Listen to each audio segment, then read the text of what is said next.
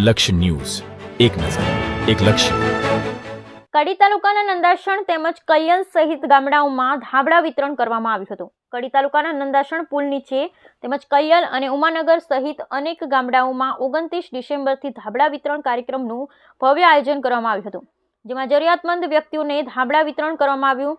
આ નિમિત્તે touch media communication director અને પત્રકાર ખોડાભાઈ પટેલ, લક્ષ ન્યૂઝ ચેનલના પત્રકાર કનૈયાલાલ પટેલ, નંદાસણ 108 એમ્બ્યુલન્સના કર્મચારી, નંદાસણના ભીખાભાઈ મકવાણા, ઇન્દ્રાળ ગામના તલાટી રજનીભાઈ પટેલ, રાજપુર ગામના સરપંચ ઇસ્માઇલભાઈ પઠાણ અને નંદાસણ પોલીસ તેમજ રાજપુર ગામના તલાટી હર્ષ ગઢવી, લક્ષ્મીપુરા ગામના જયેશભાઈ પટેલ, ડાંગરવા ગામના કિરીટભાઈ સોલંકી અને કૈયલ ગામના દિલીપજી ઠાકોર અને ભાથીજી ઠાકોર સહિત અનેક લોકોના સાથ અને સહયોગથી આ કાર્યક્રમ કરવામાં આવ્યો. Bureau report Kanaiyalal Patel.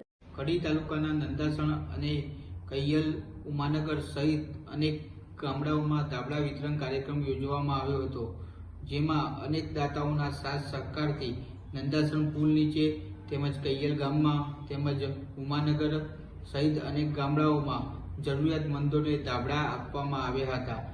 આ તમામ જરૂરિયાતમંદોને ધાબળા વિતરણનો કાર્યક્રમ દાતાઓના સાથ સહયોગથી આજે પૂર્ણ થયો હતો.